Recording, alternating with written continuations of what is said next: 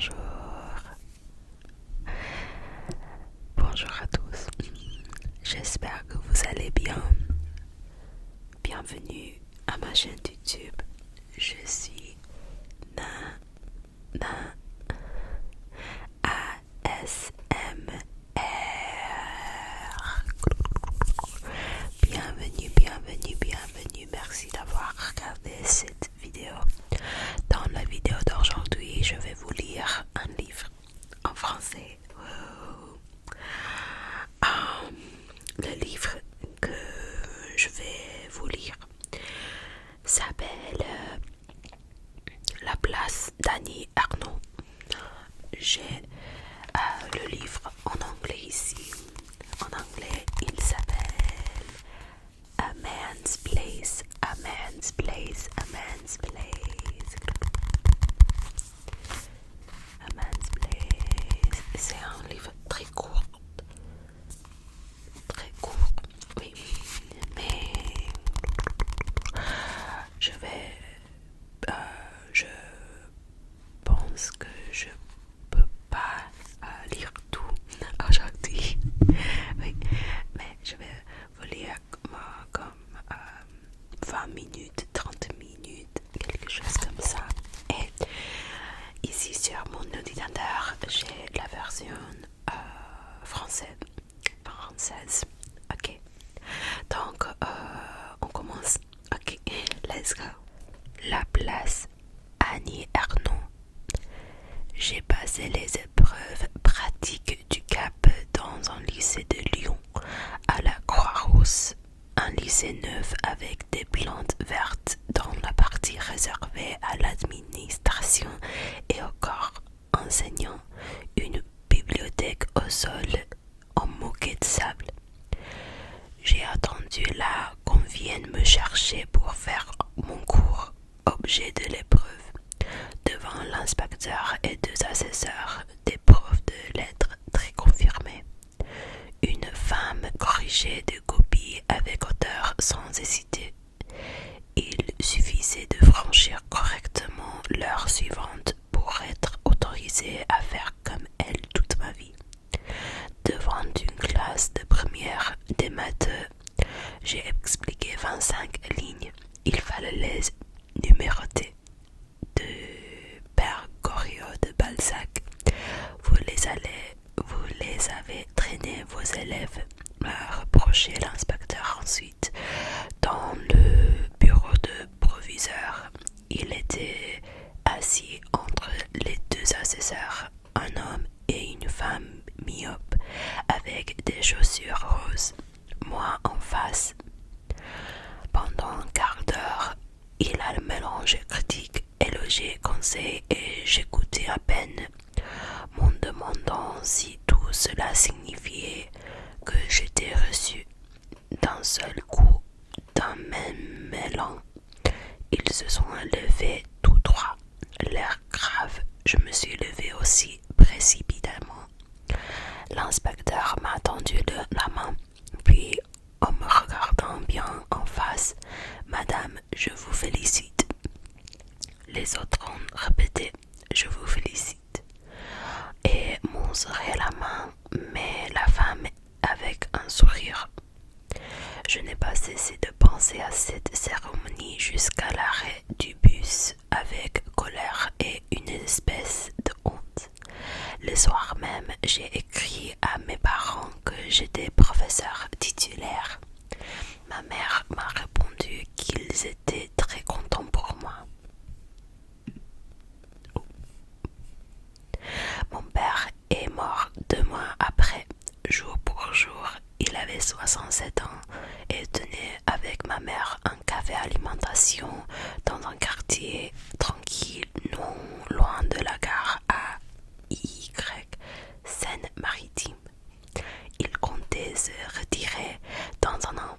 Souvent, durant quelques secondes, je ne sais plus si la scène du lycée de Lyon a eu lieu avant ou après.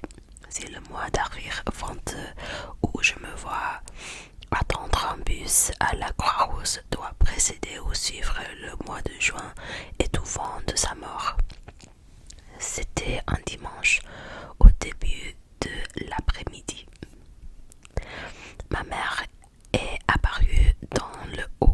l'escalier. Elle se tamponnait les yeux avec la serviette de table qu'elle avait dû emporter avec elle en montant dans la chambre après le déjeuner. Elle a dit d'une voix neutre: c'est fini. Je ne me souviens pas des minutes qui ont suivi. Je revois seulement les yeux de mon père fixant quelque chose derrière moi, loin, et ses lèvres retroussées au-dessus des gencives. Je crois avoir demandé à ma mère de lui fermer les yeux. Autour du lit, il y avait aussi la sœur de ma mère et son mari.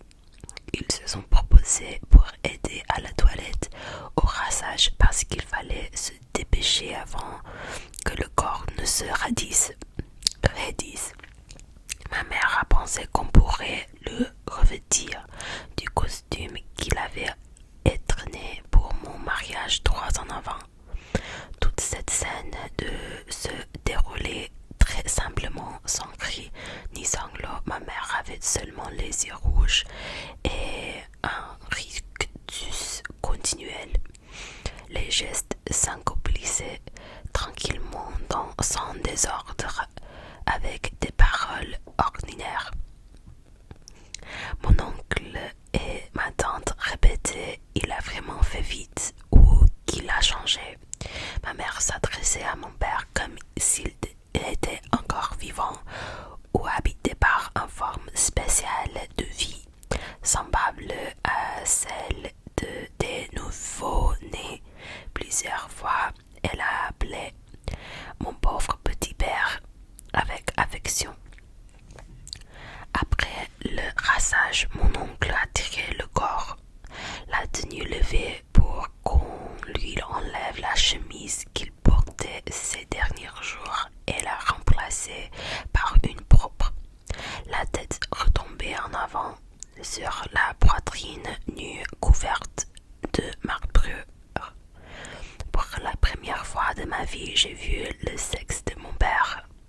Ma mère l'a dissimulé rapidement avec les pins de la chemise propre. En riant un peu: cache ta misère, mon pauvre homme. La toilette finie, on a joint les mains de mon père autour d'un chapelet. Je ne sais plus si c'est ma mère ou ma tante qui a dit: il est plus gentil comme ça, c'est-à-dire net, convenable. Je fermais les persiennes et levais mon fils couché pour sa sieste dans la chambre à côté. Grand-père fait dodo. Averti par mon oncle, la famille qui la vit à Y est venue. Il montait avec ma mère et moi et restait devant le lit, silencieux, quelques instants, après quoi il chuchotait sur la maladie et la fin brutale de mon père. Quand ils étaient redescendus, nous leur offrions à boire dans le café. Je ne me souviens pas du médecin de garde qui a constaté le décès. En quelques heures, la figure de mon père est devenue méconnaissable. Vers la fin de l'après-midi, je me suis trouvée seule dans la chambre. Le soleil glissait à travers les persiennes sur la linoléum. Ce n'était plus mon père. Le nez avait pris toute la place dans la figure creusée dans son costume bleu sombre lâche autour du corps. Il ressemblait à un oiseau couché, son visage d'homme aux yeux grands ouverts et fixes de l'heure suivant sa mort avait déjà disparu. Même celui-là, je ne le reverrai jamais. On a commencé de prévoir l'animation, la classe des pompes funèbres, la messe, les faire-part, les habits de deuil. J'avais l'impression que ces préparatifs n'avaient pas de lien avec mon père, une cérémonie dont il serait absent pour une raison quelconque.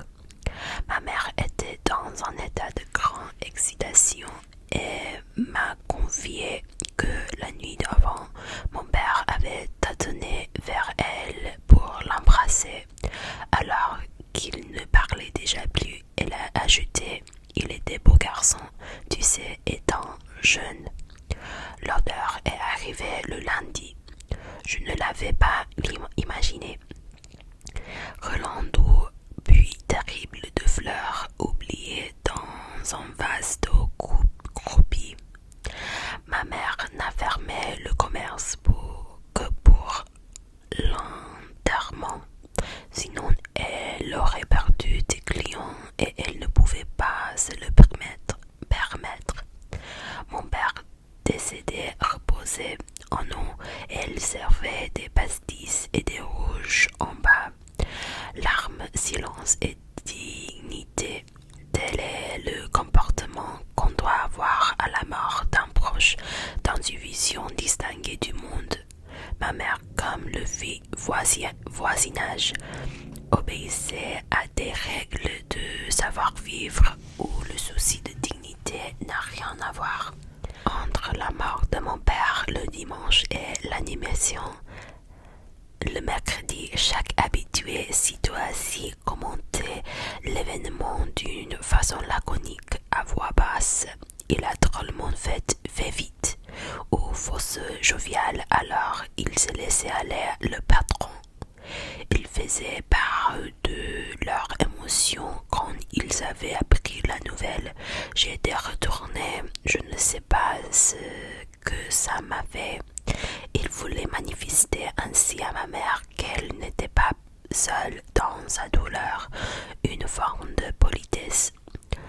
Beaucoup se rappelaient la dernière fois qu'ils l'avaient vue en bonne santé. Recherchant tous les détails de cette dernière rencontre, le lieu exact, le jour, le temps qu'il faisait, les paroles échangées.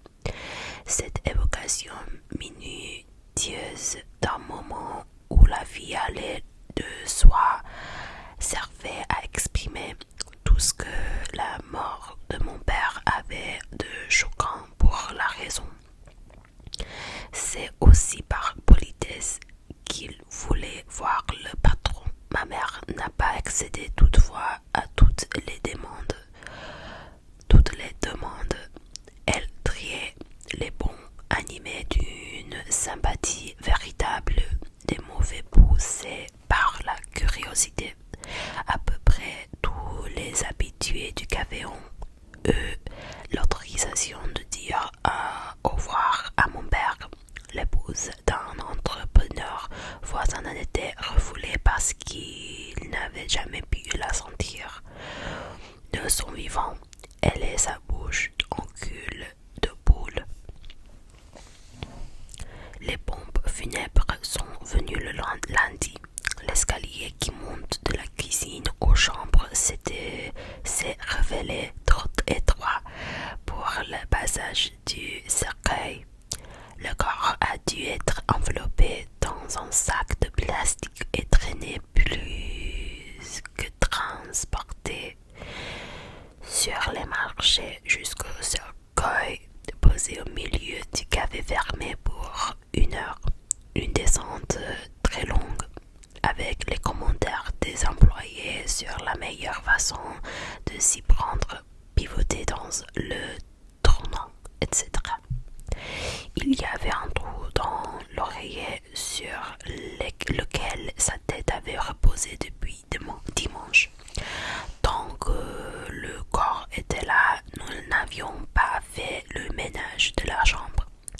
Les vêtements de mon père étaient encore sur la chaise.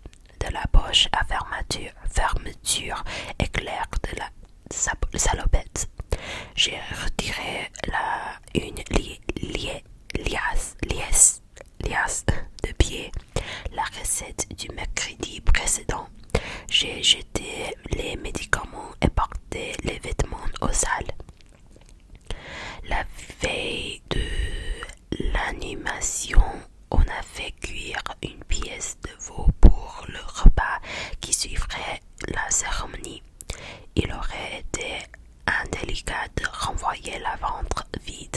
les gens qui vous font l'honneur d'assister aux obsèques. Mon mari est arrivé le soir, bronzé, gêné par un deuil qui n'était pas le sien. Plus que jamais, il a paru déplacé ici. On a dormi dans le seul lit à 2 places, celui où mon père était mort. Beaucoup de gens du quartier à l'église, les femmes qui ne travaillaient pas, des ouvriers qui avaient pris une heure. Naturellement, aucune de ces personnes haut placées auxquelles mon père avait eu affaire pendant sa vie ne s'était dérangé, ni d'autres commerçants. Il ne faisait partie de rien, payant juste sa cotisation à l'union commerciale, sans participer à quoi que ce soit. Dans l'éloge funèbre, l'archiprêtre a parlé d'une vie d'honnêteté, de travail, un homme qui n'a jamais fait de tort à personne. Il y a le serment des mains. Par un erreur du sacristain dirigeant l'opération, à moins qu'il n'ait imaginé ce moyen d'un tour supplémentaire pour grossir le nombre des assistants. Les mêmes gens qui nous avaient serré la main sont repassés.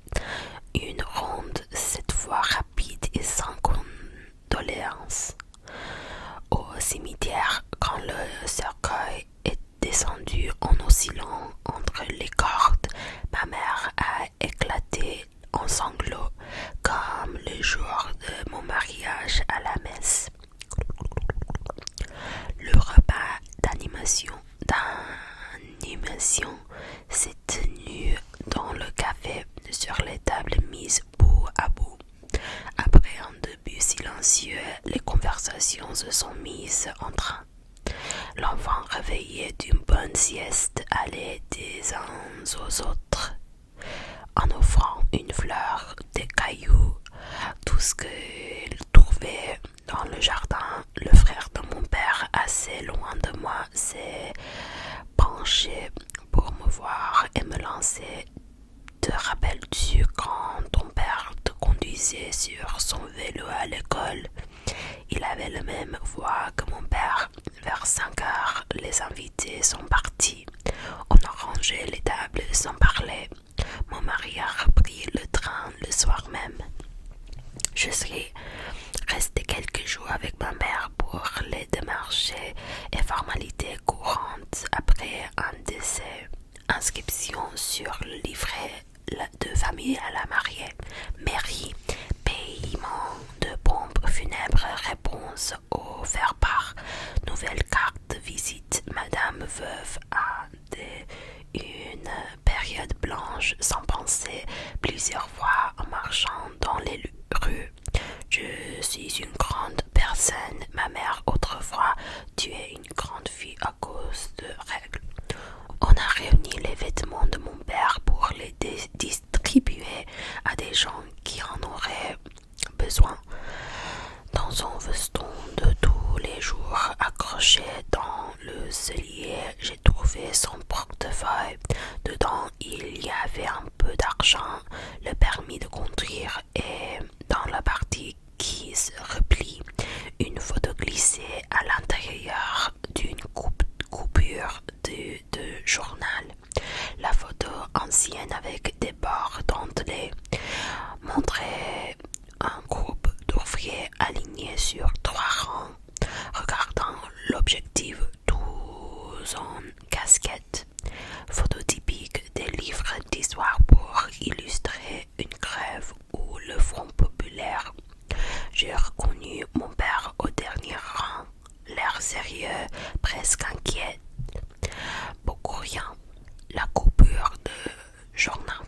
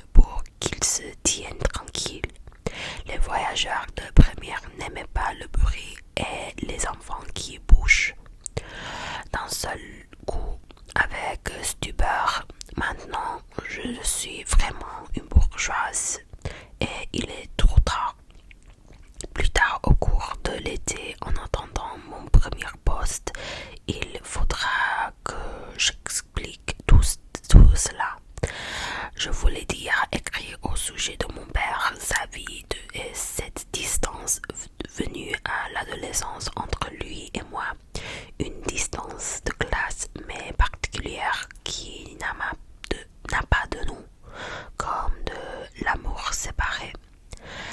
Par la suite, j'ai commencé un roman dont il était le personnage principal, sensation de dégoût au milieu de récit. Depuis peu, je sais que le roman est impossible pour rendre compte d'une vie soumise à la nécessité. Je n'ai pas le droit de prendre d'abord le parti de l'art, ni de chercher à faire quelque chose de passionnant ou d'émouvant. Je rassemblerai les paroles, les gestes, les goûts de mon père, les faits marquants de sa vie, tous les signes objectifs d'une existence que j'ai aussi partagée.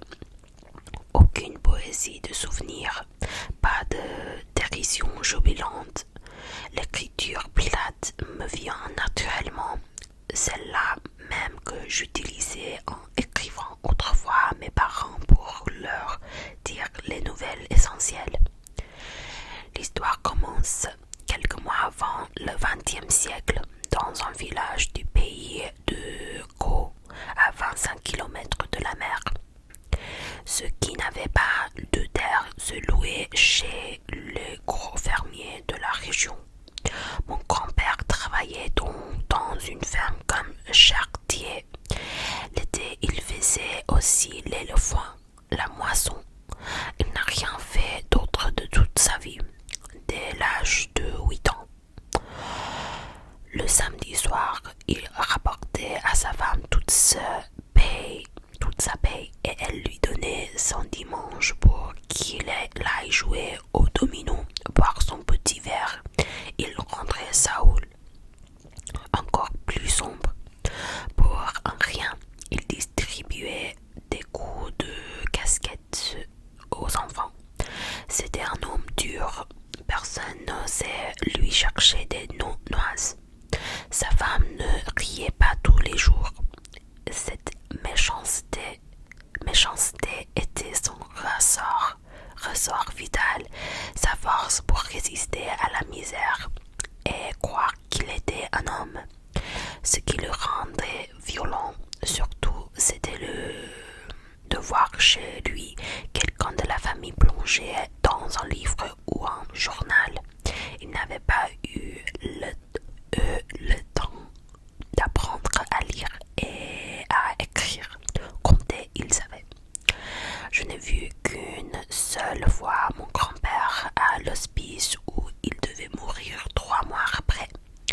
Mon père m'a mené par la main à travers 2 rangées de lits dans une salle immense vers un très petit vieux à la belle chevelure blanche et bouclée. Il riait tout le temps en me regardant plein de gentillesse. Mon père lui avait glissé un quart d'eau de vie qu'il avait enfoui sous ses draps. Chaque fois qu'on m'a parlé de lui, cela commençait par « il ne savait ni lire ni écrire ». Comme si sa vie et son caractère ne se comprenaient pas sans cette donnée initiale. Ma grand-mère, elle, avait appris à l'école des sœurs. Comme les autres femmes du village, elle disait chez elle pour le compte d'une fabrique de Rouen, dans une pièce sans air, recevant un jour étroit d'ouverture allongée à peine plus large que des meurtrières. Les étoffes ne devaient pas être abîmées par la lumière. Elle était propre sur elle et dans son ménage, qualité la plus importante au village, où les voisins surveillaient la blancheur et l'état du linge en train de sécher sur la corde et savaient si le seau de nuit était vidé tous les jours. Bien que les maisons soient isolées les unes des autres par des haies et